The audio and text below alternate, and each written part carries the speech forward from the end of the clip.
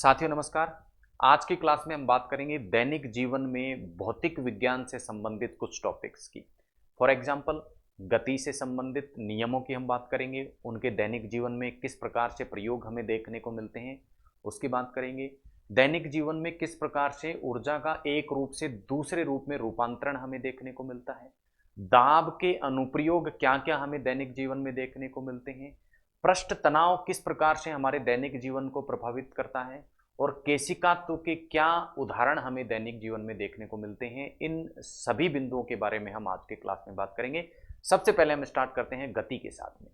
तो यदि गति को परिभाषित हम करें कि गति आखिर होती क्या है, तो कोई भी वस्तु या पिंड यदि अपनी स्थिति को समय के साथ परिवर्तित कर लेता है तो उसे क्या कह दिया जाता है, गति कह दिया जाता है। जैसे कोई बॉल है, कोई गेंद है, वो स्थिति ए में है, पहले बिंदु ए पर है और बिंदु ए से अपनी स्थिति को परिवर्तित करते हुए यदि ये बिंदु बी पर आ जाती है तो इस प्रकार की स्थिति को हम क्या कह देते हैं, इस प्रकार की स्थिति परिवर्तन को हम क्या कह देते हैं, गति कह देते हैं। तो गति का तात्पर्य क्या हुआ, समय के साथ किसी भी वस्तु या पिंड द्वारा अपनी स्थिति को बदल लेना ही क्या कहलाता है, गति कहलाता है। अब किसी भी पिंड या वस्तु द्वारा जो गति की जाती है वो गति किन्हीं निश्चित नियमों के अंतर्गत की जाती है, या ये वो वस्तु जब गति करती है तो कुछ निश्चित नियमों का पालन करती है और उन नियमों को ही हम क्या कह देते हैं, गति के नियम कह देते हैं।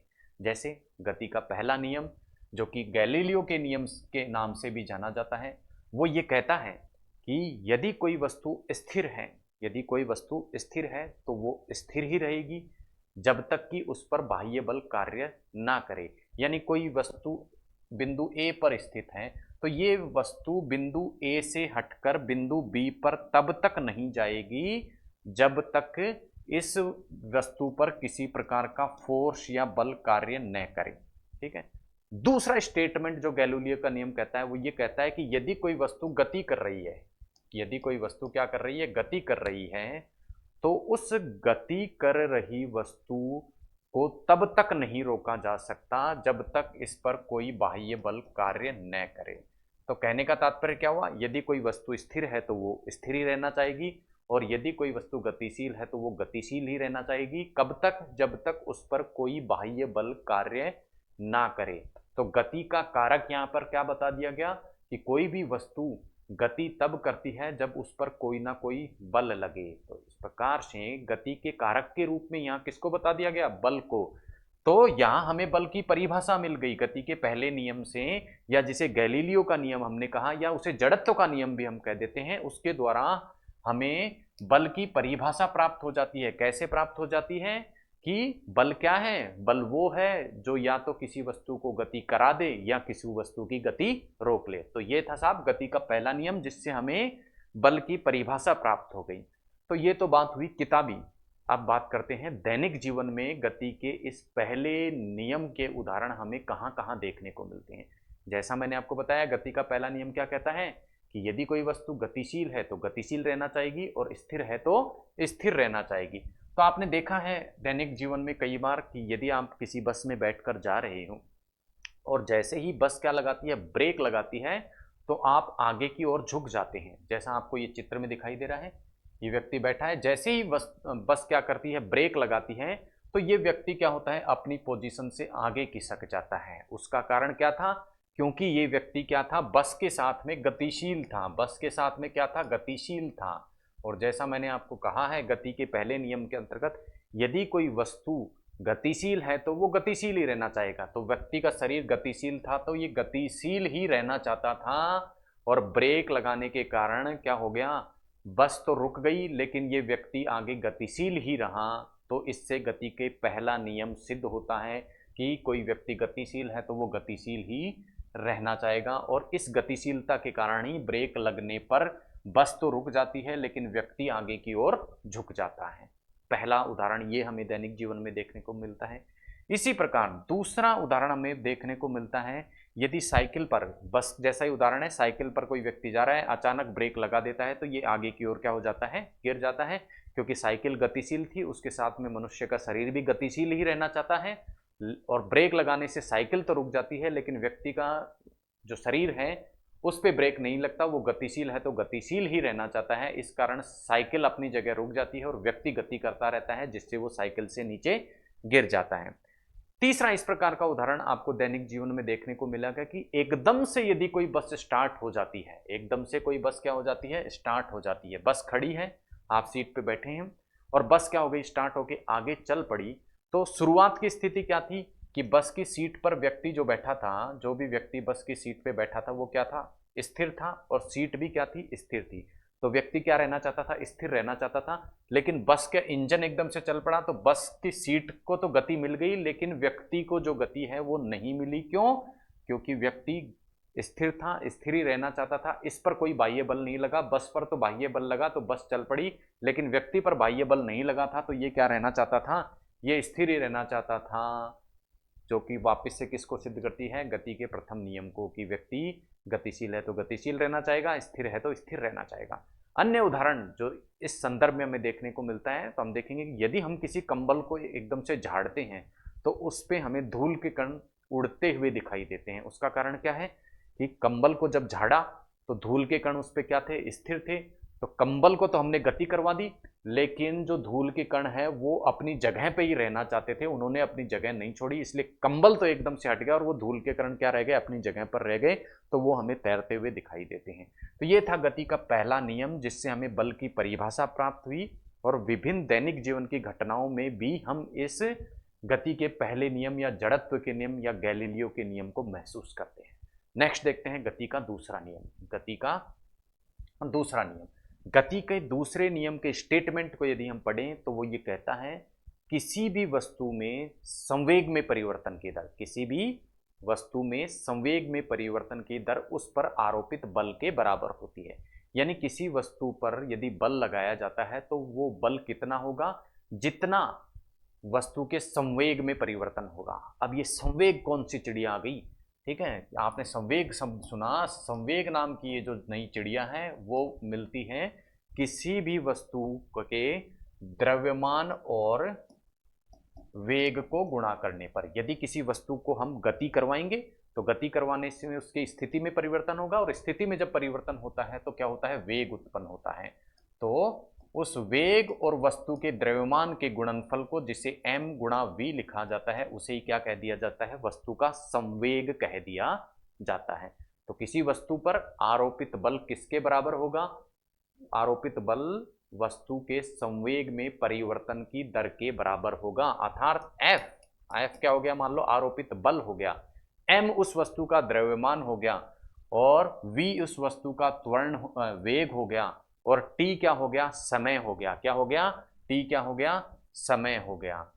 तो हम देखते हैं कि v में समय के साथ चूंकि परिवर्तन होता है तो इसलिए हम v को क्या लिख देते हैं, डेल v के रूप में लिख सकते हैं। डेल v का तात्पर्य है v1 और v2 का अंतर, यानी पहली स्थिति में v1 वेग था, उसका वेग अब क्या कर दिया गया, v2 कर दिया गया, तो v2 माइनस v1 क्या होता है, डेल v होता है, वेग में अंतर होता है। और नीचे क्या लगा हुआ है, t, और आपको पता है वेग बटा समय, वेग बटा t को हम क्या कह देते हैं, त्वरण कह देते हैं।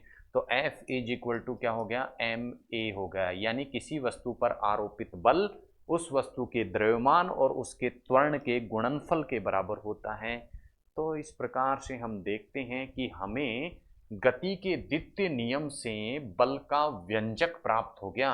कैसे प्राप्त हो गया, क्योंकि F is equal to ma हमें प्राप्त हो गया। क्यों प्राप्त हो गया, क्योंकि क्या कह रहा है गति का पहला नियम, आरोपित बल किसमें परिवर्तन के बराबर होगा, संवेग में परिवर्तन के बराबर होगा। और हमने देख लिया कि संवेग में परिवर्तन जो है वो क्या होता है, mv अपॉन टी, तो संवेग में परिवर्तन की दर बराबर आरोपित बल, जिसे हमने सरल करके ma के रूप में लेके आए, और हमें क्या प्राप्त हो गया, बल का व्यंजक प्राप्त हो गया। तो गति का पहला नियम तो क्या देता है, बल की परिभाषा देता है, जबकि गति का दूसरा नियम क्या देता है, हमें बल का व्यंजक या बल का सूत्र जो है वो इसके माध्यम से प्राप्त होता है।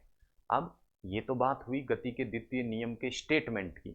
दैनिक जीवन में क्या क्या प्रयोग हमें देखने को मिलते हैं, देखिए दैनिक जीवन में हमें प्रयोग देखने को मिलते हैं। बर्फ की सिल्ली जब तोड़ी जाती है, आप देखते हैं बर्फ की सिल्ली कई बार कराटे के द्वारा किसी व्यक्ति के द्वारा तोड़ दी जाती है, उसके पीछे क्या कार्य करता है, ये गति का द्वितीय नियम कार्य करता है। कैसे कार्य करता है, देखिए एफ इज इक्वल टू हमने क्या देखा, M del V upon T, del V upon T, T मतलब समय। यदि इस टी को क्या कर दें हम, बढ़ा दें, यदि टी को बढ़ा दिया जाए, ठीक है, तो ये एफ बताइए कम होगा या ज़्यादा होगा, नीचे की तरफ कोई चीज़ बढ़ा दी हमने। फॉर एग्जाम्पल जैसे पहले एफ कितना था 50, ठीक है, एफ कितना था 50 और एम कितना था 5, हम मान के चला उस वस्तु का द्रव्यमान कितना था 5 kg, और उसका जो वेग था वो वेग हम कितना मान के चलते हैं, मान लो कितना था 20, और लगने वाला समय जो था वो कितना था 2 था, ठीक है, तो हमें 50 प्राप्त हो रहा था। अब मान लो इस लगने वाले समय को हम क्या कर दें, 2 की जगह बढ़ाकर कितना कर दें, 4 कर दें, क्या कर दें, 4 कर दें, तो 4 करने से ये क्या जाएगा, 4 पंजे 20, और लगने वाला बल कितना हो जाएगा 25।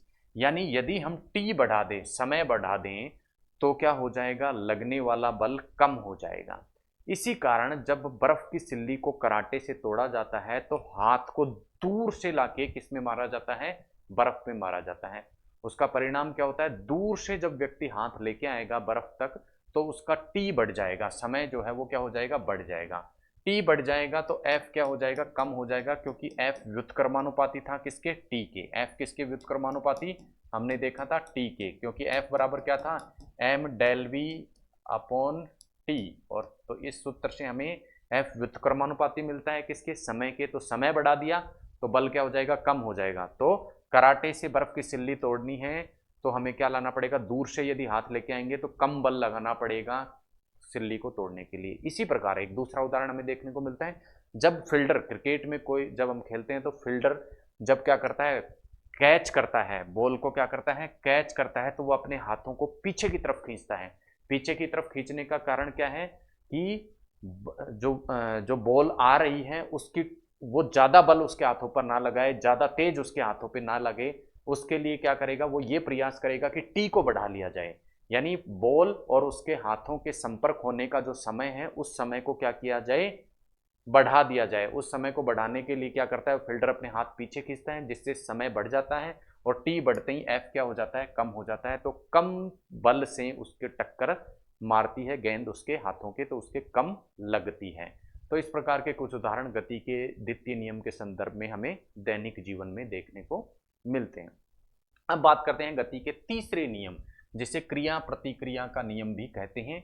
और ये नियम कहता है कि प्रत्येक क्रिया की एक प्रतिक्रिया होती है, यानी every action have a reaction, प्रत्येक क्रिया की एक प्रतिक्रिया होती है। अर्थात यदि हम किसी वस्तु पर क्या लगाएंगे, बल लगाएंगे, तो वो वस्तु भी उतना ही बल दोबारा लगाएगी। लगाए गए बल को तो क्या कहेंगे, क्रिया बल, और वस्तु वापस जो बल लगाती है उसे क्या कहते हैं, प्रतिक्रिया बल कहते हैं। ठीक है, तो ये क्रिया बल और प्रतिक्रिया जो बल होता है वो एक समान होता है, लेकिन क्रिया बल और प्रतिक्रिया बल के कारण जो त्वरण उत्पन्न होता है वो त्वरण क्या हो सकता है, अलग अलग हो सकता है। क्या हो सकता है, अलग अलग हो सकता है। और जो उत्पन्न त्वरण बल है वो लगाने वाली वस्तु के क्या होता है, उत्पन्न त्वरण बल लगाने वस्तु के क्या होता है, समानुपाती होता है। ये था गति का तीसरा नियम। अब बात करते हैं इसके अनुप्रयोगों की, इसकी एप्लीकेशंस हमें कहाँ कहाँ देखने को मिलती हैं दैनिक जीवन में। तो पहली एप्लीकेशन, पहला उदाहरण हमें देखने को मिलता है, जब बंदूक से कोई व्यक्ति गोली चलाता है तो उसका हाथ पीछे की तरफ जाता है। उसका कारण है कि बंदूक द्वारा जो बल गोली पर आगे की तरफ लगाया जाता है उतना ही बल बंदूक द्वारा चलाने वाले पर वापस लगाया जाता है, और उसकी प्रतिक्रिया स्वरूप क्या होता है, हाथ पीछे की ओर आता है, हाथ को झटका लगता है।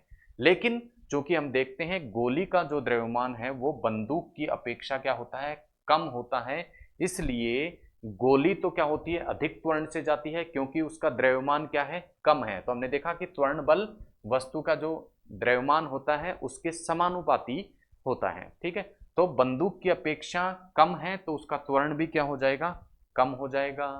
इसीलिए जितनी स्पीड से गोली जाती है उतनी स्पीड से हाथ पीछे नहीं आता है। इसी प्रकार का दूसरा उदाहरण है कुएं में बाइक चलाना। जब कुएं में बाइक चलाई जाती है तो बाइक का पहिया कुएं की दीवार पर जो बल लगाता है उसे क्रिया बल कहते हैं, और उतना ही बल प्रतिक्रिया बल के रूप में बाइक पर दीवार द्वारा लगाया जाता है, और दोनों के मध्य संतुलन से ही बाइक आराम से कुएं की दीवार पर चलती है। तो ये दो उदाहरण हमें तीसरे नियम से संबंधित देखने को मिलते हैं दैनिक जीवन के अंतर्गत। ये थे गति के 3 नियम और उनसे संबंधित दैनिक जीवन के अनुप्रयोग।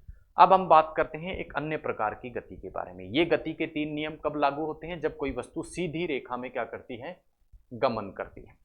लेकिन कोई वस्तु सीधी रेखा पर गमन न करके एक अन्य प्रकार की गति भी कर सकती है, जैसे एक बार इधर आए, फिर वापस इधर आई, फिर एक इधर आए, फिर इधर आए।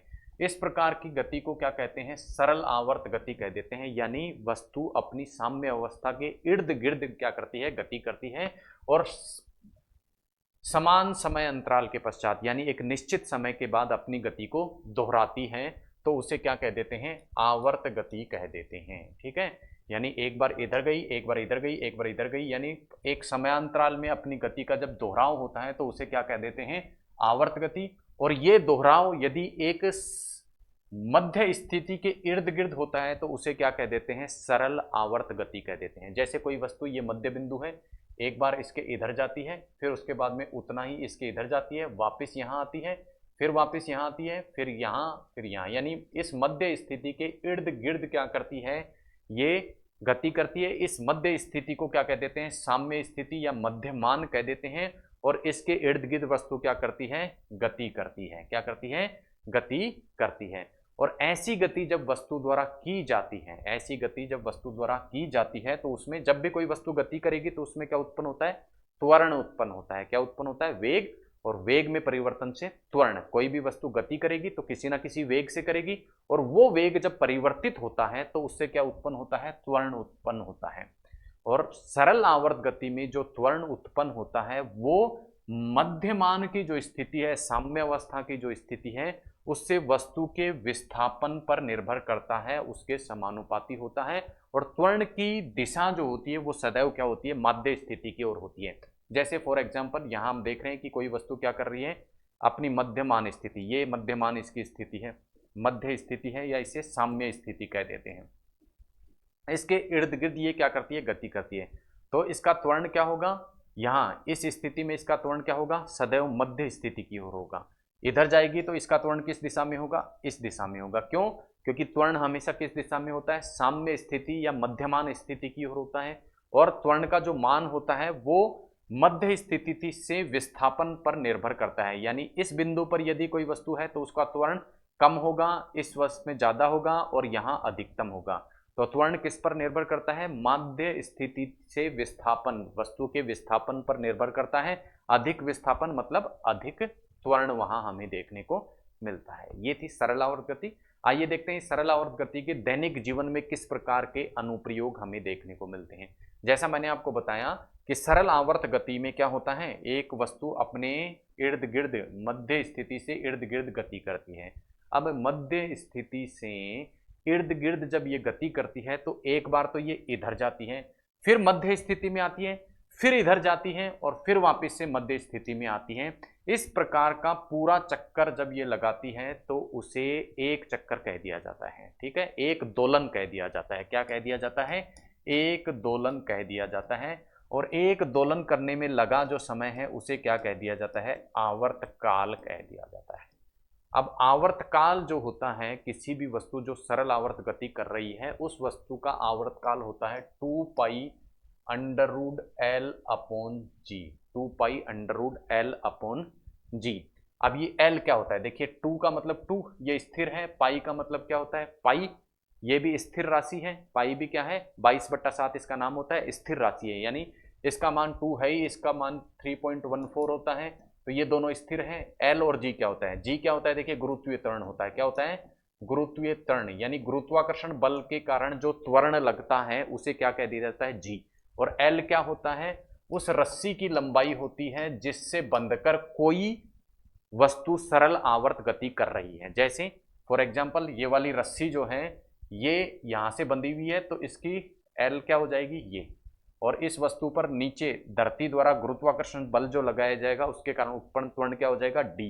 और इस वस्तु का आवर्तकाल क्या हो जाएगा टी, और उस टी को, वो टी क्या होता है 2π√L/g के फॉर्मूला से दिखाया जाता है। अब ये 2π√L/g कहाँ से आया, इतने विस्तार में हम बात नहीं करेंगे, क्योंकि हमारा टॉपिक का जो बिंदु है वो है दैनिक जीवन में विज्ञान का प्रयोग। तो हम केवल देखेंगे कि टी किस पर निर्भर कर रहा है। टी समानुपाती रूप से तो किस पर निर्भर कर रहा है, √L के, यानी वो धागा जिस पर कोई वस्तु लटकी हुई है और उसमें सरल आवर्त गति कर रही है, उसकी लंबाई पर निर्भर कर रहा है। साथ ही साथ ये एक और राशि किस पे निर्भर कर रहा है, गुरुत्वीय त्वरण, लेकिन उस पे व्युत्क्रमानुपाती रूप से क्या कर रहा है, निर्भर कर रहा है। यानी यदि धागे की लंबाई जिस पर ये लटक के सरल आवर्त गति कर रहा है उस लंबाई को बढ़ा देंगे तो आवर्तकाल बढ़ जाएगा, आवर्तकाल बढ़ जाएगा, और यदि कम कर देंगे तो आवर्तकाल कम हो जाएगा। इसी प्रकार यदि गुरुत्वीय त्वरण बढ़ जाएगा तो आवर्तकाल बढ़ जाएगा, गुरुत्वीय त्वरण बढ़ जाएगा तो आवर्तकाल कम हो जाएगा, और गुरुत्वीय त्वरण क्या कर देंगे हम, कम कर देंगे तो आवर्तकाल ज्यादा हो जाएगा। अब देखते हैं दैनिक जीवन में अनुप्रयोग। अब देखिए, मान लो कोई, यहाँ आपको चित्र में दिखाई दे रहा है, मान लो कोई लड़की क्या कर रही है, किसी झूले पर झूला झूल रही है, ठीक है, किसी झूले पर झूला झूल रही है। अब यहां जो टी झूला क्या करता है, माध्य स्थिति से इर्द गिर्द क्या करता है, गति करता है। पहले पीछे जाएगा, फिर अपनी मध्य स्थिति में आएगा, फिर आगे जाएगा, फिर पीछे आके मध्य स्थिति में, फिर पीछे चला जाएगा, यानी मध्य स्थिति के इर्द गिर्द गति करता है। तो झूले की गति कैसी हो गई, सरल आवर्त गति। कैसी गति हो गई, सरल आवर्त गति। और सरल आवर्त गति में टी, या क्या कह दिया हमने, एक दोलन पूरा करने में लगा समय या एक परिक्रमण पूरा करने में लगा समय क्या हो जाएगा, टी 2π√L/g। यहाँ L क्या हो गया, इस झूले की जहां से ये बंधा हुआ है वहां से लेके ये लड़की बैठी है वहां तक की लंबाई क्या हो जाएगी, लंबाई, ठीक है। अब दो स्थितियां हमने लिए, एक स्थिति में लड़की बैठे बैठे झूला झूल रही है तो उस स्थिति में लंबाई हो जाएगी, मान लिया हमने कितना, L। दूसरी स्थिति में लड़की क्या हो गई, झूला झूलते झूलते क्या हो गई, खड़ी हो गई। तो खड़ी होने पर इसकी लंबाई कितनी हो गई, थोड़ी घट के कितनी हो गई, L', यानी लंबाई क्या हो गई, घट गई, लंबाई क्या हो गई, घट गई। और जब L घट जाएगी, L घट जाएगी तो T भी क्या हो जाएगा, घट जाएगा। T घट जाएगा मतलब एक दोलन पूरा करने में लगा समय क्या हो जाएगा, घट जाएगा। तो कहने का तात्पर्य है झूले की स्पीड क्या हो जाएगी, बढ़ जाएगी, क्योंकि एक दोलन पूरा करने में समय कम लग रहा है। अब जल्दी जल्दी वो झूला एक चक्कर अपना पूरा करेगा, ठीक है। क्यों, क्योंकि अब प्रभावी लंबाई क्या हो गई, घट गई। लंबाई घट गई तो आवर्तकाल घट जाएगा, आवर्तकाल घट जाएगा तो झूला क्या हो जाएगा, तेज हो जाएगा। ये पहला अनुप्रयोग हमें देखने को मिला। दूसरे अनुप्रयोग की हम बात करें, देखिए पहली स्थिति हम देखते हैं कि एक सिंगल लड़की झूला झूल रही है। अब क्या हो गया, दूसरी लड़की भी आके उसके पास में झूला झूलने लग गई। अब बताइए झूला की स्पीड पर क्या किसी प्रकार का फर्क पड़ेगा, बताइए पड़ेगा या नहीं पड़ेगा, कमेंट करके आप बताएं पड़ेगा या नहीं पड़ेगा। यदि हम इसको समझें, इसके पीछे की मैकेनिज्म को समझे, तो हमने देखा था कि टी झूले की जो स्पीड है वो किस पर निर्भर करती है, आवर्तकाल पर। आवर्तकाल ज्यादा होगा तो झूला धीरे धीरे चलेगा और आवर्तकाल कम होगा तो तेज स्पीड से झूला चलेगा। और T इज इक्वल टू क्या होता है, 2π√L/g, यानी द्रव्यमान m पर ये किसी भी प्रकार से निर्भर नहीं करता। तो चाहे द्रव्यमान को कम कर दो चाहे ज्यादा कर दो, आवर्तकाल पे कोई असर नहीं पड़ेगा। आवर्तकाल पे कोई असर नहीं पड़ेगा तो झूले की स्पीड पर भी कोई असर नहीं पड़ेगा। एक चक्कर पूरा लगाने में लगे समय पर यदि असर नहीं पड़ेगा तो उसकी स्पीड में भी कोई अंतर नहीं पड़ेगा। इसलिए यदि झूला झूलती लड़की के पास में एक की जगह दूसरी लड़की भी आकर बैठ जाए तो किसी प्रकार का असर झूले की स्पीड पर नहीं पड़ेगा। ये तो हमने लंबाई को घटा के और बढ़ाकर देख लिया। अब एक अनुप्रयोग हम देखते हैं जो लोलक घड़ी होती है, जिसमें हम पेंडुलम घड़ी जिसको बोलते हैं, उसमें इस प्रकार का एक बिंदु होता है जिसके चारों तरफ ये पेंडुलम क्या होता है, गति करता है। अब मान लो इस पेंडुलम घड़ी को उठाकर हम कहाँ ले गए, धरती की जगह क्या ले गए, चंद्रमा पर ले गए। कहाँ ले गए, चंद्रमा पर ले गए। चंद्रमा पर जाते ही G इज इक्वल टू क्या होता है, G' हो जाता है G/6, यानी धरती पर जो गुरुत्वीय त्वरण है उसकी अपेक्षा वहां का गुरुत्वीय त्वरण 1/6 है। कितना है, 1/6 हो जाता है, यानी G क्या हो जाएगा, कम हो जाएगा। और हमने देखा था T आवर्तकाल व्युत्क्रमानुपाती से संबंधित है, किससे, G से। तो G क्या हो जाएगा, 6 गुना कम हो गया। तो G 6 गुना कम हो गया तो T या आवर्तकाल 6 गुना बढ़ जाएगा, आवर्तकाल 6 गुना बढ़ जाएगा। तो आवर्तकाल यदि 6 गुना बढ़ गया, इसका मतलब पेंडुलम को एक चक्कर पूरा करने में लगा समय भी क्या हो जाएगा, 6 गुना बढ़ जाएगा। यानी पेंडुलम बहुत सुस्त गति से चलने लग जाएगा, पेंडुलम बहुत सुस्त गति से चलना लग जाएगा। इसी प्रकार जो पेंडुलम घड़ी है, गर्मियों में इसकी लंबाई गर्मी के कारण थोड़ी सी क्या हो जाती है, बढ़ जाती है। लंबाई बढ़ गई तो क्या हो जाएगा, आवर्तकाल भी बढ़ जाएगा, क्योंकि टी समानुपाती होता है लंबाई के। तो बढ़ गया, बढ़ गई लंबाई तो आवर्तकाल बढ़ गया, यानी एक चक्कर पूरा करने में लगा समय बढ़ गया। तो एक चक्कर पूरा करने में लगा समय बढ़ गया, तो इसका तात्पर्य क्या हुआ, अब लोलक की गति क्या हो गई, धीरे हो गई। यानी घड़ी गर्मियों में सर्दियों की अपेक्षा क्या हो जाती है, कुछ सुस्त हो जाती है। अब मान लो इस लोलक घड़ी को किसी ऐसे क्षेत्र में ले जाते हैं जहां पर गुरुत्वीय त्वरण एब्सेंट हो, यानी अंतरिक्ष में ले गए। अंतरिक्ष में ले गए तो वहां गुरुत्वीय त्वरण क्या हो जाता है, जीरो हो जाता है। अब जीरो यदि जैसे एक सैटेलाइट कृत्रिम उपग्रह पर जो जी होता है या गुरुत्वीय त्वरण होता है, वो क्या होता है, भारहीनता की स्थिति होती है, जीरो होता है। गुरुत्वीय त्वरण जीरो हो गया, जीरो हो गया, इसका मतलब टी हमने देखा था किस पे डिपेंड कर रहा था, इनवर्सली प्रोपोर्शनल था किसके, जी के। अब जी जीरो, यानी कि T is equal two upon zero. तो जीरो में किसी भी जीरो का भाग यदि किसी भी वैल्यू में लगाते हैं तो क्या आता है, अनंत, क्या हो जाता है, अनंत। यानी वहां पर लोलक का जो आवर्तकाल है वो अनंत हो जाएगा, अनंत हो जाएगा। इसका मतलब भारहीनता या उपग्रह पर ले जाने पर लोलक घड़ी काम ही नहीं करेगी।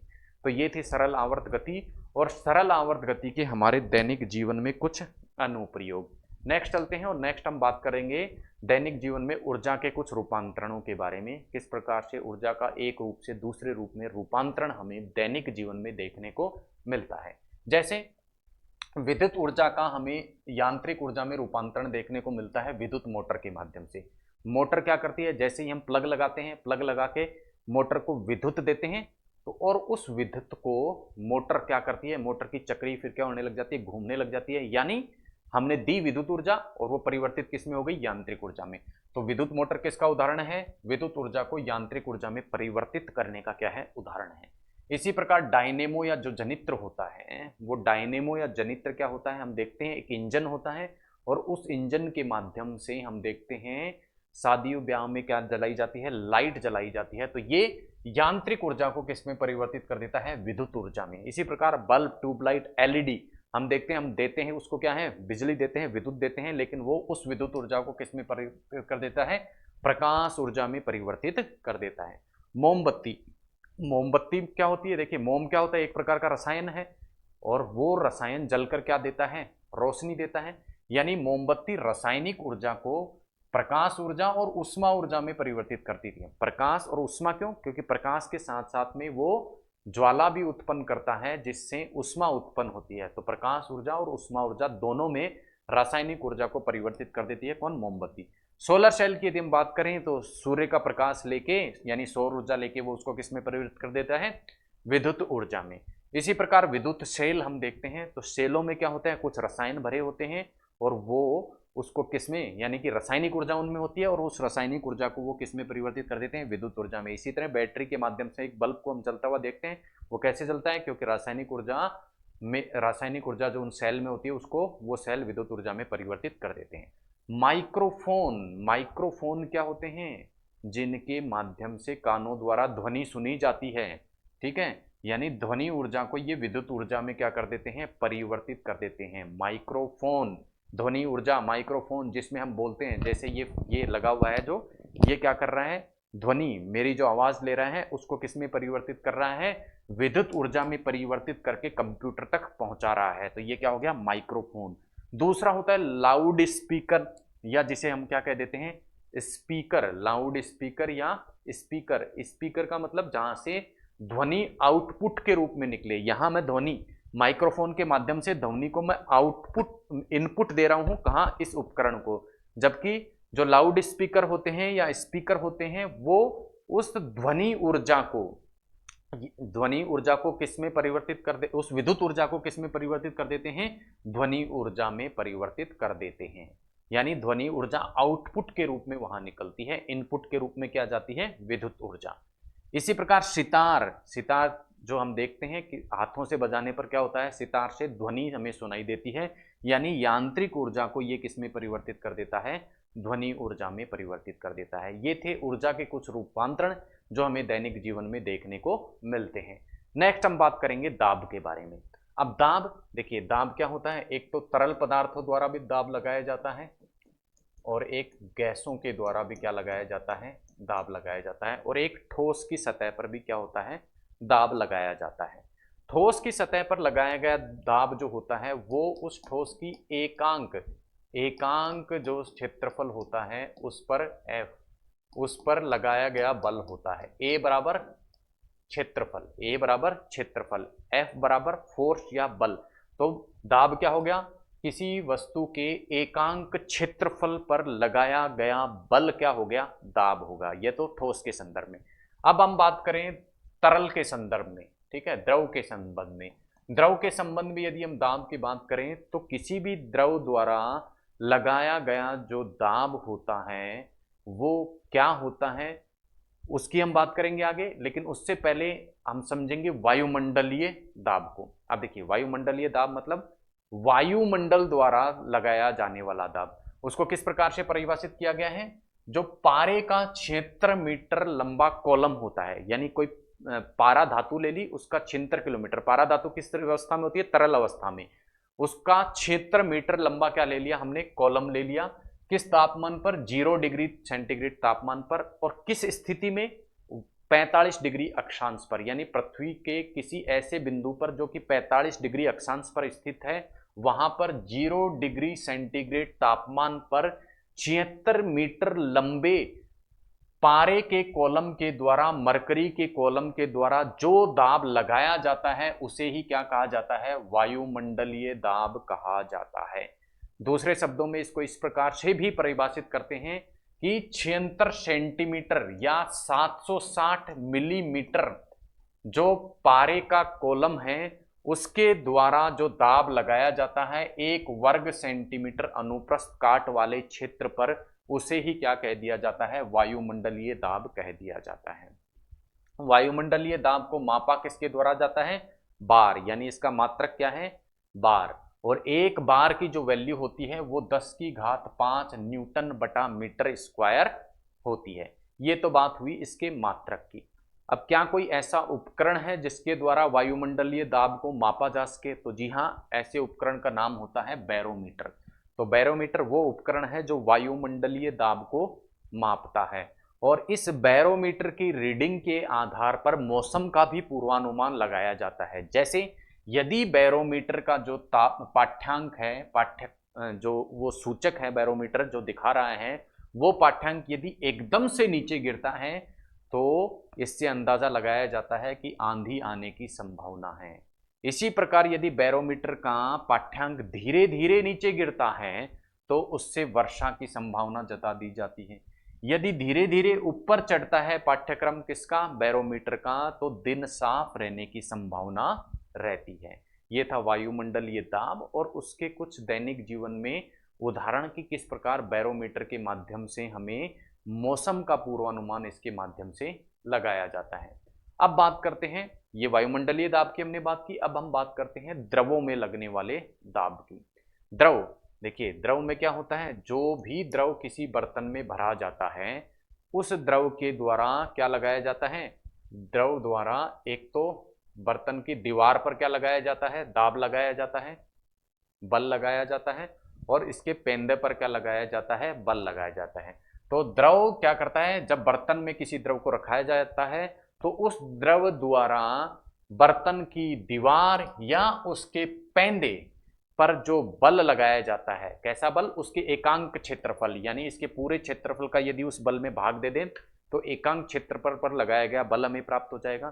तो बर्तन या पेंदे, बर्तन की दीवार या पेंदे के एकांक क्षेत्रफल पर जो द्रव के कण क्या लगाते हैं, बल लगाते हैं, वही उस द्रव का क्या कहलाता है, दाब कहलाता है। ठीक है। यदि हम क्या करें, हमें ज्ञात करना हो द्रव के भीतर किसी भी बिंदु पर, जैसे मान लो इस बिंदु पर हमें क्या करना हो, दाब ज्ञात करना हो, क्या करना हो, दाब ज्ञात करना हो, तो उसे हम P के नाम से मान लो इंडिकेट करते हैं। तो वो दाब ज्ञात करने का सूत्र होता है H D G. H D G. अब ये एच डी जी क्या होता है? देखिए एच तो होती है द्रव जिस बर्तन में है उसकी ऊपरी सतह से उस द्रव की, उस बिंदु की ऊंचाई। तो इस बिंदु पर यदि हमें दाब ज्ञात करना है तो ऊपरी सतह से यहां तक की जो ऊंचाई होगी उसे तो क्या कह देंगे? एच। डी क्या होगा? इस द्रव का घनत्व, द्रव का घनत्व होगा। क्या होगा? घनत्व होगा। ठीक है। और जी क्या होगा? गुरुत्वीय त्वरण होता है। तो किसी भी बिंदु पर दाब जो होता है द्रव के अंतर्गत वो किस पर निर्भर करता है? तीन चीजों पर, उसकी ऊंचाई पर, उसके घनत्व पर और गुरुत्वीय त्वरण पर। इन तीनों पर क्या करता है? निर्भर करता है। और एक क्षैतिज तल में जितने भी अणु होते हैं उन पर दाब क्या होता है? समान होता है। यानी एक क्षैतिज तल मतलब एक ही स्थिति में क्षैतिज रूप से जो एक समान क्षैतिज पर होंगे, इन सभी अणुओं पर जो दाब होगा वो समान होगा। क्यों? क्योंकि H सभी की क्या होगी? बराबर होगी। H सभी का बराबर होगा और एक ही द्रव के अणु हैं इसलिए D भी क्या होगा? बराबर होगा। और G गुरुत्वीय त्वरण तो सब पे बराबर होता ही है, इसलिए एक क्षैतिज में जितने भी अणु रहेंगे द्रव में उन सब पर समान बल क्या होता है? लगता है। ठीक है। और द्रव का घनत्व यदि अधिक होगा तो हमें पता है कि जो P है वो किसके समानुपाती है? H, D और G के। यानी घनत्व यदि अधिक हो गया, यानी द्रव यदि गाढ़ा हो गया तो उस पर लगने वाला, उसके भीतर जो द्रव के अणु हैं उन पर लगने वाला दाब भी क्या हो जाता है? अधिक हो जाता है। तो ये बात करी हमने द्रवों में दाब के बारे में। अब द्रवों में ये जो दाब लगता है उसके संबंध में पास्कल ने दो नियम दिए। पहला नियम पास्कल का पहला नियम या प्रथम नियम कहलाता है और दूसरा नियम पास्कल का द्वितीय नियम कहलाता है। आइए देखते हैं कि पास्कल का प्रथम नियम क्या कहता है। पास्कल का प्रथम नियम ये कहता है कि यदि गुरुत्वीय त्वरण, गुरुत्वाकर्षण के कारण जो त्वरण लगता है उसको हम क्या मान ले? नगण्य मान ले। क्या मान ले? नगण्य मान ले। तो द्रव के भीतर प्रत्येक बिंदु पर दाब क्या होता है? समान होता है प्रत्येक बिंदु पर। यानी ये कोई द्रव है तो इस द्रव के पास्कल का पहला नियम ये कहता है कि द्रव के प्रत्येक बिंदु पर जो दाब होगा, चाहे बिंदु 1 हो, 2 हो, 3 हो, 4 हो, 5 हो, इन सभी पर दाब क्या होगा? समान होगा। ये कौन कहता है? पास्कल का पहला नियम कहता है। क्या कहता है? पहला नियम कहता है। आप देखते हैं पास्कल का दूसरा नियम क्या कहता है। पास्कल का दूसरा नियम कहता है कि यदि हम किसी बर्तन में क्या डाल दें? कोई भी द्रव डाल दें, कोई भी तरल पदार्थ डाल दें, और यदि हमें यह ज्ञात करना हो कि इस तरल द्वारा बर्तन पर कितना दाब लगाया जा रहा है, तो उसका दाब होगा सभी बिंदुओं द्वारा सम्मिलित रूप से जो दाब लगाया जा रहा है उस वो क्या होगा? इस पूरे द्रव द्वारा बर्तन की दीवार पर लगाया जाने वाला दाब होगा। यानी जो बर्तन में द्रव के बिंदु होते हैं, अणु होते हैं, वो अपने ऊपर लगने वाले दाब को सभी दिशाओं में समान रूप से क्या कर देते हैं? संचरित कर देते हैं। इसलिए कुल दाब प्रत्येक बिंदु पर लगने वाले दाब के योग के बराबर होता है। पास्कल के नियमों पर कुछ उपकरण आधारित होते हैं। एग्जाम्पल हाइड्रोलिक लिफ्ट और हाइड्रोलिक प्रेस और हाइड्रोलिक ब्रेक। तो आपसे पूछा जाए कि हाइड्रोलिक लिफ्ट, हाइड्रोलिक प्रेस या हाइड्रोलिक ब्रेक जो है वो किस नियम पर कार्य करते हैं, तो वो काम करते हैं पास्कल के नियम के आधार पर। ये थे पास्कल के कुछ नियम जो कि उसने दाब के संबंध में दिए थे। नेक्स्ट हम बात करते हैं उत्प्लावन बल की। देखिए उत्प्लावन बल की यदि हम बात करें तो जब भी हम किसी वस्तु को किसी द्रव में डुबोते हैं, जैसे किसी वस्तु को जब हम पानी में डुबोते हैं तो हम देखते हैं उस वस्तु पर ऊपर की ओर वापस से एक बल लगता है। उसी बल को क्या कहते हैं? उत्प्लावन बल कहते हैं। यानी किसी वस्तु को द्रव में डुबोते हैं तो ऊपर की ओर जो वस्तु पर बल लगता है उसे ही क्या कहते हैं? हम उत्प्लावन बल कहते हैं। और वस्तु पर ऊपर की ओर लगने वाला ये बल दो चीजों पर निर्भर करता है। एक तो उस वस्तु जो कि डुबोई जा रही है उसके आयतन पर, और दूसरा जिस द्रव में, जिस तरल में वो वस्तु डुबोई जा रही है उस तरल के घनत्व पर यह निर्भर करता है। यानी वस्तु के आयतन और जिस वस्तु को जिस द्रव में डुबोया जा रहा है उसके घनत्व पर निर्भर करता है। कहने का तात्पर्य क्या है? ना तो वस्तु की आकृति पर निर्भर करता है और ना ही वस्तु के भार पर निर्भर करता है। यानी कोई भी वस्तु चाहे कितनी भी भार की हो, उसको यदि डुबोया जाएगा द्रव में और उससे हल्की वस्तु को भी डुबाया जाएगा यदि उसी द्रव में, सेम द्रव में, तो वो बराबर प्रकार का उत्प्लावन बल महसूस करेंगी। क्यों? क्योंकि वस्तु के भार पर किसी भी प्रकार से उत्प्लावन बल निर्भर नहीं होता। और हम देखते हैं कि जब किसी वस्तु को हम द्रव में डुबोते हैं तो एक बार तो ऊपर की ओर उस पर बल लगता है, लेकिन जब वो पानी में पूरी तरीके से डूब जाती है तो वो उत्प्लावन बल जो है वो समाप्त हो जाता है, ऊपर की ओर कोई बल कार्य नहीं करता। इसका मतलब जब क्या होती है, वस्तु उस द्रव में डूब जाती है तो उस उत्प्लावक बल का मान क्या हो जाता है, अधिकतम हो जाता है। उसके बाद किसी प्रकार का उत्प्लावक बल ऊपर की ओर कार्य नहीं करता। जैसे जैसे जितनी गहराई में हम जाते जाएंगे उतना ही उत्प्लावक बल का मान क्या होता जाता है, अधिक होता जाता है। यानी अधिक गहराई पर उत्प्लावक बल का मान क्या होता है, अधिक होता है। अब यदि कोई वस्तु ऐसी है जिसको हम पानी में डुबो रहे हैं, ठीक है, यदि डूबने वाली जो वस्तु है, जिस वस्तु को हम डुबो रहे हैं, उस वस्तु का घनत्व, जिस द्रव में हम उस वस्तु को डुबो रहे हैं उसके घनत्व से क्या होता है, अधिक होता है, तो वो वस्तु जल में डूब जाएगी। यानी जैसे पानी का एग्जांपल ले, पानी में यदि किसी वस्तु को हम डुबो रहे हैं, यदि उस वस्तु का घनत्व पानी से अधिक होगा तो वो पानी में डूब जाएगी, जैसे कि कील।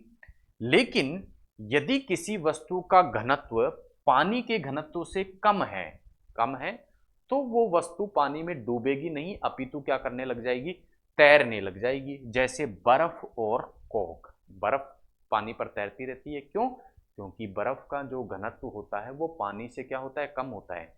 सामान्यतः किसी भी वस्तु का जो ठोस आकार जब हो जाता है, उसका जो घनत्व होता है, ठोस आकार का घनत्व क्या होता है, अधिक होता है उसके द्रव की अपेक्षा। लेकिन पानी के मामले में हम देखते हैं कि पानी में यदि ये जो बर्फ है उसका घनत्व पानी से क्या होता है, अधिक नहीं होता, अपितु कम होता है। इसी कारण ये बर्फ पानी पर तैरती रहती है। नेक्स्ट इसी से संबंधित एक सिद्धांत है आर्किमिडीज का सिद्धांत। आर्किमिडीज का सिद्धांत क्या कहता है कि जब हम किसी वस्तु को पानी में डुबोते हैं तो हम देखते हैं कि उसके भार में हमें कमी महसूस होने लगती है। हम देखते हैं भारी से भारी चीज को भी यदि हम पानी में डुबोकर उसको हिलाना चाहें तो हम उसको हिला सकते हैं, अन्यथा धरती की सतह पर हम उसको हिला नहीं सकते। तो ये आर्किमिडीज का सिद्धांत क्या कहता है, ये कहता है कि जब भी किसी वस्तु को हम द्रव में डुबोते हैं तो क्या होता है, उसके भार में कमी होती है। और भार में ये कमी कितनी होती है, जितना उस वस्तु के द्वारा क्या हटाया जाता है, जल या द्रव हटाया जाता है, उतने के बराबर ही उसके भार में कमी हो जाती है। ये कौन कहता है, आर्किमिडीज का सिद्धांत कहता है। और आर्किमिडीज के सिद्धांत पर कुछ उपकरण आधारित हैं, जैसे हाइड्रोमीटर। ध्यान रखना, हाइड्रोलिक प्रेस हमने देखे थे और हाइड्रोलिक ब्रेक हमने जो देखे थे वो किसके सिद्धांत पर है, पास्कल के सिद्धांत पर निर्भर है। जबकि हाइड्रोमीटर और लेक्टोमीटर ये दोनों उपकरण किस पर आधारित हैं, आर्किमिडीज के सिद्धांत पर आधारित है। ये बात हुई आर्किमिडीज के सिद्धांत की। नेक्स्ट हम बात करेंगे दाब से संबंधित जीवन की कुछ घटनाओं के बारे में। तो हम देखते हैं, जैसे गुब्बारा जो है उसमें से हवा क्या निकलती है, बाहर निकलती है। जब भी फूले हुए गुब्बारे को हम छोड़ देते हैं उसके मुंह को, तो बाहर से वायु गुब्बारे के अंदर से वायु बाहर निकलती है। तो सबसे पहले तो इसे कारण समझना होगा, और कारणों के पीछे हम जाएं तो हम देखते हैं ये प्रवृत्ति होती है किसी भी गैस की वो अधिक दाब से कम दाब की ओर जाती है। अधिक दाब से कम दाब की ओर क्या होती है, गमन करती है। तो हवा जो गुब्बारे में भरी हुई है उसका दाब क्या होता है, अधिक होता है। जैसे उसका मुंह खोल दिया जाता है तो वायुमंडल का दाब गुब्बारे के अंदर की अपेक्षा क्या होता है, कम। तो अधिक दाब से कम दाब की ओर वायु का क्या हो जाता है, गमन होता है। इसी प्रकार हम देखते हैं कि जैसे हम वायुयान में बैठते हैं और पेन की रिफिल यदि हमारे जेब में होती है तो इस प्रकार से पेन की स्याही क्या हो जाती है, बाहर निकल जाती है। उसका कारण क्या होता है कि यदि हम ऊपर की ओर जाते हैं तो वायुमंडलीय दाब जो होता है वो क्या हो जाता है, कम हो जाता है। तो रिफिल के अंदर का दाब क्या हो जाता है, अधिक हो जाता है, और वायुमंडल का दाब क्या हो जाता है, कम। इसलिए स्याही जो होती है वो रिफिल से क्या हो जाती है, बाहर आ जाती है। तो ये भी दैनिक जीवन में हमें दाब में परिवर्तन के कारण ही देखने को मिलता है। अन्य उदाहरण दाब से संबंधित हम देखते हैं तो हम देखते हैं नुकीली जो कील होती है उसको दीवार में ठोकना अपेक्षाकृत सरल होता है, जबकि यदि कील नुकीली ना हो, उसका सिरा नुकीला ना हो, तो उसको दीवार में ठोकना अपेक्षाकृत मुश्किल होता है। ये भी दाब के एक सिद्धांत पर निर्भर है। समझते हैं कैसे। देखिए हमने देखा था कि दाब क्या होता है, पी। दाब क्या होता है, P F/A। एकांक क्षेत्रफल पर लगाया जाने वाला बल, एकांक क्षेत्रफल पर लगाया जाने वाला बल ही क्या होता है, दाब होता है। यदि एकांक क्षेत्रफल कम होगा, क्या होगा, एकांक क्षेत्रफल कम होगा तो दाब क्या हो जाएगा, बढ़ जाएगा। दाब क्या हो जाएगा, बढ़ जाएगा। कील नुकीली है, इसका तात्पर्य क्या हुआ, उसका जो क्षेत्रफल है वो क्या है, कम है। क्षेत्रफल ए बराबर क्या है, कम है। तो ए जब कम होगा तो ए कम होने के कारण ये जो प्रेशर है वो क्या हो जाएगा, बढ़ जाएगा। यानी ज्यादा प्रेशर लगेगा किस पर, दीवार पर, यदि कील नुकीली होगी तो। कारण क्या, क्योंकि नुकीली कील का जो क्षेत्रफल, अनुप्रस्थ क्षेत्रफल ए है वो हो जाएगा कम। ए कम होते ही प्रेशर क्या है, इसके व्युत्क्रमानुपाती है। ए कम तो पी क्या हो जाएगा, बढ़ जाएगा, प्रेशर बढ़ जाएगा और आराम से कील अंदर ठुक जाएगी। और इसी प्रकार का कार्य चाकू की तेज धार में भी हमें देखने को मिलता है। धार जितनी पतली होगी उतना ही ज्यादा चाकू क्या होता है, वस्तुओं को अच्छे से काटता है। क्यों, क्योंकि धार जो है पतली, पतली धार का मतलब क्या हो गया, चाकू की पतली धार का मतलब क्या हो गया, ए कम होना। और ए कम होना इसका तात्पर्य क्या हुआ, P = क्या होता है, F/A। यानी ए कम है, ए यदि कम होगा तो P क्या हो जाएगा, बढ़ जाएगा। तो चाकू की धार जितनी पतली रहेगी उतनी ही कम दाब से लगाकर उतना ही क्या होगा, अधिक दाब लगेगा, उतने ही बल में।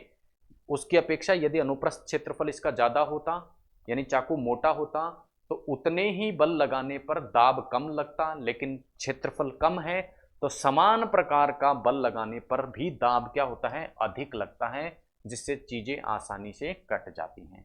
इसी प्रकार का एक उदाहरण हमें भवनों की चौड़ी नींव में भी देखने को मिलता है।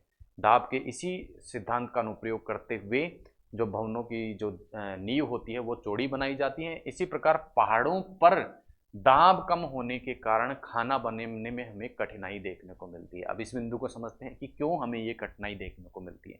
देखिए पहाड़ों पर गए जब हम जाते हैं तो पहाड़ पर क्या हो जाता है, पहाड़ पर गए वैसे ही दाब क्या हो जाता है, कम। जैसे जैसे ऊंचाई पर जाते हैं तो दाब क्या हो जाता है, कम हो जाता है, क्योंकि वायुमंडल में गैसों की मात्रा जो होती है ऊपर जाने में कम हो जाती है, तो दाब क्या हो गया, कम। अब दाब कम हो गया तो उसका परिणाम क्या होगा, क्वथनांक जो है, दाब कम होने से क्वथनांक भी क्या हो जाता है, कम हो जाता है। ठीक है, क्योंकि किसी वस्तु का क्वथनांक, अब क्वथनांक क्या है, कोई वस्तु भाप में, ठीक है, कोई वस्तु भाप में, या यूं कह सकते हैं तरल अवस्था से गैस अवस्था में किस तापमान पर परिवर्तित हो जाती है वो क्या कहलाता है, क्वथनांक कहलाता है। अब दाब यदि कम हो जाता है, यानी प्रेशर जब कम हो गया तो क्वथनांक भी कम हो जाएगा। यानी थोड़े से तापमान पर ही, कम तापमान पर ही, कम तापमान पर ही क्या हो जाएगा, वस्तु क्या क्या पानी क्या होगा, उबलने लगेगा। कम तापमान पर ही पानी उबलने लगेगा। और ये कम तापमान पर्याप्त नहीं होता भोजन को पकाने के लिए, इसीलिए पहाड़ों पर प्रेशर कुकर का इस्तेमाल किया जाता है, ताकि ऊंचाई के कारण ये जो दाब कम हुआ है उसको बढ़ाया जा सके और क्वथनांक को बढ़ाया जा सके, अधिक तापमान पर जाकर क्या हो, भाप बने, जिससे खाना पक जाए। ये था दाब का दैनिक जीवन में कुछ उपयोग। अब हम देखते हैं दाब जो है, गलनांक और जो क्वथनांक है उस पर भी क्या दाब किसी प्रकार का प्रभाव डालता है। तो इसके पीछे की यदि सिद्धांत को हम देखें तो हम पाएंगे कि सभी द्रव हैं, सभी द्रव मतलब जितने भी प्रकार के तरल हैं, तरल को गैस में परिवर्तित होने में जो ताप चाहिए होता है वो क्या होता है, क्वथनांक। ये क्वथनांक सभी द्रवों के लिए दाब बढ़ाने पर क्या हो जाता है, बढ़ जाता है, बढ़ जाता है। यानी हम कह सकते हैं क्वथनांक किसके समानुपाती होता है? दाब के समानुपाती होता है। यदि दाब को बढ़ा दिया जाए तो प्रत्येक द्रव का क्वथनांक जो है वो भी बढ़ जाएगा। ये तो बात हुई क्वथनांक की। दूसरा हम बात करेंगे गलनांक की। अब गलनांक क्या होता है? किसी भी ठोस को द्रव में परिवर्तित होने के लिए जो ताप चाहिए वही क्या होता है? गलनांक होता है। अब दाब बढ़ाने से गलनांक पर क्या असर होता है?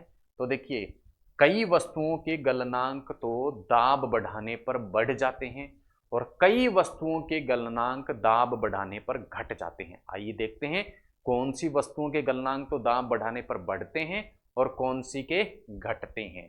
ठीक है, अब गलनांक दाब बढ़ाने पर बढ़ते उन वस्तुओं के हैं जिन वस्तुओं का आयतन गर्म करने पर बढ़ता है, जैसे मोम और घी।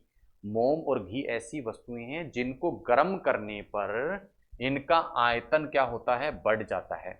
और जिन वस्तुओं का आयतन गर्म करने पर बढ़ जाता है उनका गलनांक भी दाब बढ़ाने पर बढ़ जाता है। और ऐसी वस्तुएं जिनका आयतन गर्म करने पर घट जाता है, जैसे कि बर्फ, उनका गलनांक दाब बढ़ाने पर क्या हो जाता है? घट जाता है।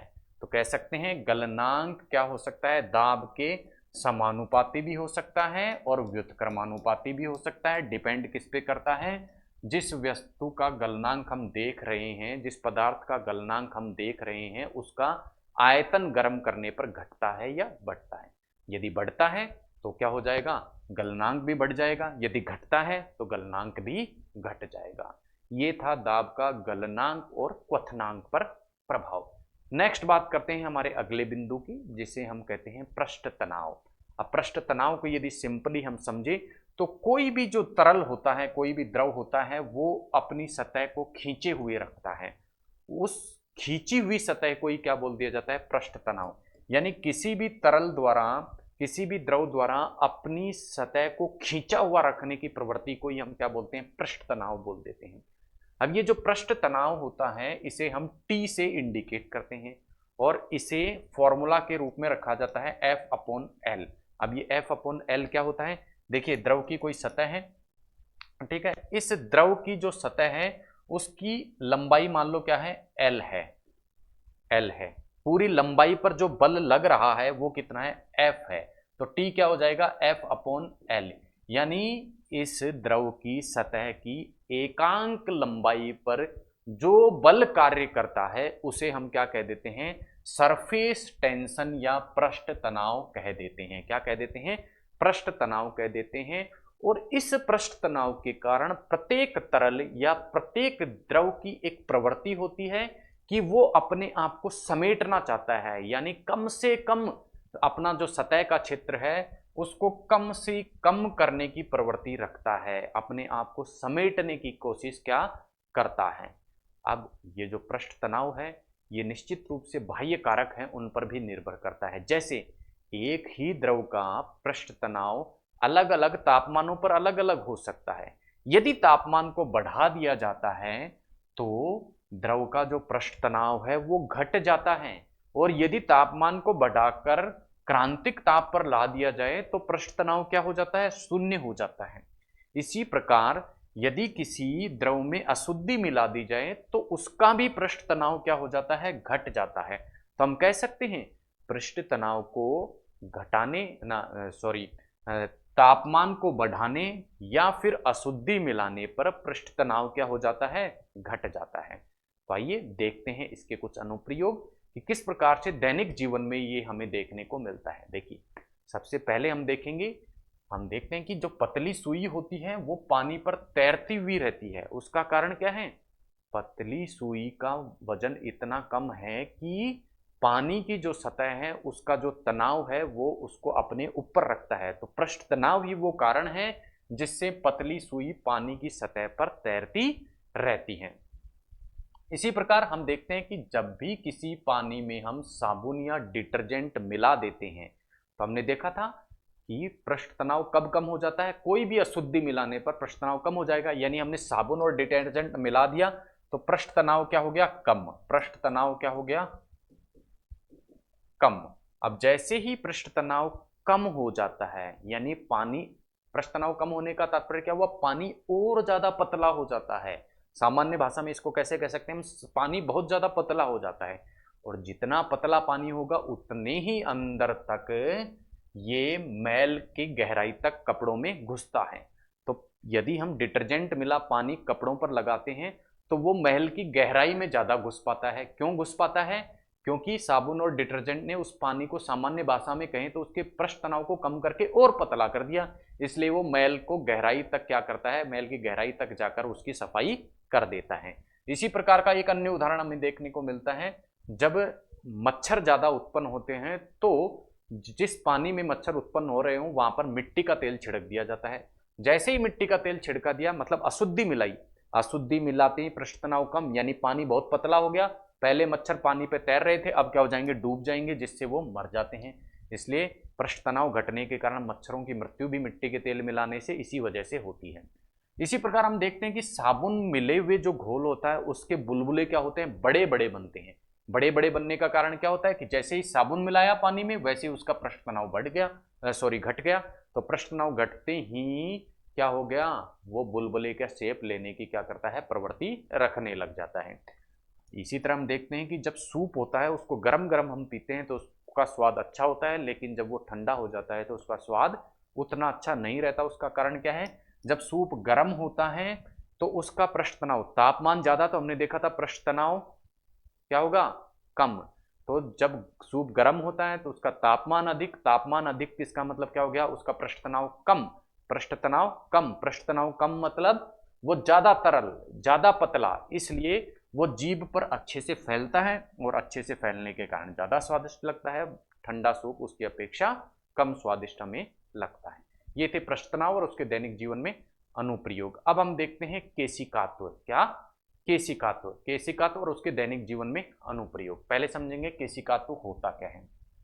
देखिए केशिकात्व का तात्पर्य है ऐसी कोई भी नली हमने ले ली, ऐसी कोई भी नली हम ले लें जिसका जो व्यास है वो तो क्या हो, बहुत कम, और उसकी लंबाई क्या हो, बहुत अधिक है। तो व्यास की अपेक्षा लंबाई जब बहुत अधिक हो, ठीक है, तो उस प्रकार की जो स्ट्रक्चर है उसको क्या कह देते हैं हम, केश नली कह देते हैं। क्या कह देते हैं, केश नली। अब इस केश नली को जब द्रव में डुबोया जाता है, किसी भी द्रव में डुबोया जाता है, तो इसमें द्रव के ऊपर चढ़ने की, द्रव इसमें क्या होता है, ऊपर की ओर चढ़ने की प्रवृत्ति रखता है। अब द्रव इसमें ऊपर की ओर चढ़ेगा या नहीं चढ़ेगा, ये जिस द्रव में इस परख नली, इस केश नली को डुबोया जाता है उस पर निर्भर करता है। उस पर क्या करता है, निर्भर करता है। ऐसे द्रव जो कांच को क्या करते हैं, भिगोते हैं, कांच को क्या करते हैं, भिगोते हैं, उसमें तो क्या कर जाता है, केश नली में पानी, केश नली में वो द्रव ऊपर चढ़ता है। जैसे पानी, जैसे हमने देखा पानी से भरा टब है, उसमें एक केश नली को हमने यदि डुबो दिया तो हम देखते हैं द्रव की जो सतह है वो क्या होती है, इसमें चढ़ती है, इसमें पानी ऊपर की ओर चढ़ता है। लेकिन यदि हमने इस केश नली को ऐसे द्रव में डुबो दिया जो कि इसे भिगोता नहीं है, उस कांच से बनी हुई केश नली को भिगोता नहीं है, तो उस स्थिति में क्या होगा, ये नीचे उतरेगा। यानी यहां हम देखें तो देखिए इस प्रकार से ये क्या हो जाएगा, नीचे उतर गया। पहले सतह क्या थी टब में ये, अब सतह क्या हो गई, केश नली के अंतर्गत नीचे आ गई। यहां हम देखते हैं टब की सतह ये थी और पानी की सतह ये थी। तो ऐसे ऐसे द्रव जो कांच को भिगोते हैं उसमें यदि केश नली को डुबो दिया जाएगा तो उसमें द्रव ऊपर चढ़ेगा, जबकि जो कांच को नहीं भिगोते ऐसे द्रव में डुबोएंगे केश नली को तो द्रव क्या हो जाएगा, नीचे उतर जाएगा। उदाहरण है, पारे में डुबोने से नीचे उतरता है, पानी में डुबोने से क्या होता है, ऊपर चढ़ता है। तो ये बात थी हमने केशिकात्व की और केश नली की। तो ये पानी के ऊपर या नीचे चढ़ने का जो गुण होता है उसी को ही केशिकात्व के नाम से जाना जाता है। आइए अब देखते हैं इसके दैनिक जीवन में उदाहरण। देखिए सबसे पहला उदाहरण हमें देखता है ब्लॉटिंग पेपर के रूप में। जब भी किसी ब्लॉटिंग पेपर को हम स्याही में डुबो देते हैं या किसी भी रंगीन द्रव में डुबो देते हैं तो हम देखते हैं कि पूरा जो ब्लॉटिंग पेपर है उसका रंग क्या हो जाता है, जिस द्रव में उसको डुबोया है वैसा ही हो जाता है। वो किसके कारण होता है, वो इस कारण होता है क्योंकि ब्लॉटिंग पेपर में बहुत छोटी छोटी क्या होती हैं, केश नलियां होती हैं, जो केशिकात्व के कारण पानी या स्याही या जिस रंग में उनको डुबोया गया हो उसको क्या कर लेती हैं, सोख लेती हैं। तो पहला तो हो गया उपयोग ये। दूसरा हम देखते हैं कि लालटेन या लैंप जब हम जलाते हैं तो उसमें जो रुई जो बत्ती हम कैरोसिन में डुबोते हैं, हम देखते हैं वो पूरी बत्ती, एक सिरा डुबोया जाता है लेकिन पूरी की पूरी बत्ती में तेल आ जाता है। वो भी किसके कारण आता है, केशिकात्व के कारण या कैपिलरी एक्शन के कारण ही आता है। हम देखते हैं पादपों की जो छोटी छोटी जड़ें हैं वो क्या करती हैं, पौधों की जो छोटी छोटी ये जड़ें हैं ये क्या करती हैं, खनिज लवण और पानी का जो अवशोषण करती है वो भी किसके माध्यम से करती हैं, ये छोटी छोटी जड़ें केशिका के रूप में कार्य करते हुए ही केशिकात्व के कारण ही पानी को क्या करती हैं, पौधे के अलग अलग भागों तक पहुंचाती हैं अवशोषण करके। इसी प्रकार हम देखते हैं कि वर्षा के तुरंत बाद किसान अपने खेतों में क्या चलाता है, हल चलाता है, उनको जोतता है। उसका कारण क्या होता है कि खेत की जो मिट्टी होती है वो भी, उसमें भी क्या होते हैं, छोटे छोटे छेद होते हैं जो केस नली की भांति कार्य करते हैं। और जब खेत की जुताई कर दी जाती है तो उससे परिणाम क्या होता है, जो केस नलियां होती हैं खेत की, वो खेत की सतह के नीचे ही टूट जाती हैं। यदि जुताई नहीं की जाती तो जो केस नलियां बनी हुई थी उसमें भूमि की सतह से पानी ऊपर चढ़ता, भूमि की सतह के नीचे से, और पानी बाहर आ जाता, सतह के ऊपर आ जाता और पानी वाष्प के रूप में उड़ जाता। उस नमी को खेत में ही बनाए रखने के लिए जब जुताई कर दी जाती है खेत की तो केशिका नलियां जो होती हैं वो टूट जाती हैं और पानी की नमी मिट्टी में ही बनी रहती है। इसी प्रकार कृत्रिम उपग्रह में यदि हम किसी केस नली को रख दें और उसका एक सिरा क्या कर दें, पानी में रख दें, तो दूसरे सिरे पर क्या हो जाता है, स्वतः ही पानी पहुंच जाता है, क्योंकि उपग्रह में कैसी स्थिति होती है, भारहीनता की स्थिति होती है। तो ये थे दैनिक जीवन से संबंधित विज्ञान के कुछ टॉपिक्स जिनको हमने देखा, जिनमें हमने गति को देखा, ऊर्जा के रूपांतरण को देखा, पृष्ठ तनाव के बारे में हमने बात की, दाब के बारे में हमने बात की, और अंत में केशिका, तो केशिका नली और उसके दैनिक जीवन में अनुप्रयोगों को हमने देखा। तो इसी के साथ आज की जो हमारी क्लास है वो समाप्त होती है। मिलते हैं अगली क्लास में एक नए टॉपिक के साथ में, तब तक के लिए धन्यवाद। जय हिंद।